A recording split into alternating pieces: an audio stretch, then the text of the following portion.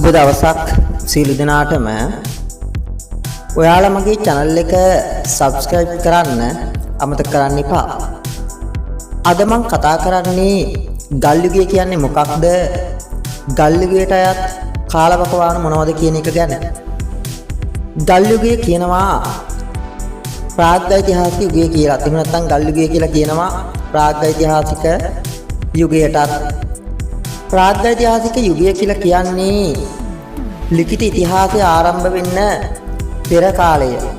එහෙම නැත්නම් අපිට මෙහෙම කියන්නත් පුළුවන්. ලේඛනගත මූලාශ්‍ර නොමැති පුරාවිද්‍යාත්මක සාධක මත පමණක් ගොඩනැගිය හැකි ඉතිහාසයත් අවධියටත් ප්‍රාග්ධෛතිහාසික යුගය කියලා කියනවා. ප්‍රාග්ධෛතිහාසික මානව වාස භූමි 116ක් විතර මේ වෙනකොට හොයාගෙන තියෙනවා.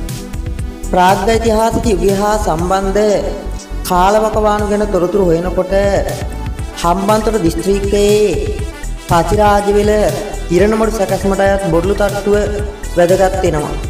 මෙන්න මේ බොරළු තට්ටුවේ තිබිලා ගල් යුගයට අයත් සාක්ෂි හොයාගෙන තියෙනවා. විද්‍යාත්මක විශ්ලේෂණ වලට අනුව මේ බොරළු තට්ටුවේ පෞරාණික භාවය වසර 1,25,000ක් විතර වෙනවා. හම්බන්තොට දිස්ත්‍රික්කයේම බුන්දල වැල්ලේගංගොඩ අඩි 24ක් යටින් තියෙන ගල්මෙ වලන් සහිත බොරළු තට්ටුව අවුරුදු 80000ක් විතර පරණයි. සාමාන්‍යයෙන් ගල් යුගය කියලා හඳුන්වන්නේ මීට අවුරුදු 1,25,000කට ඉහත කාලයේ ඉඳලා ක්‍රි.පූ 1800 දක්වා කාලයට.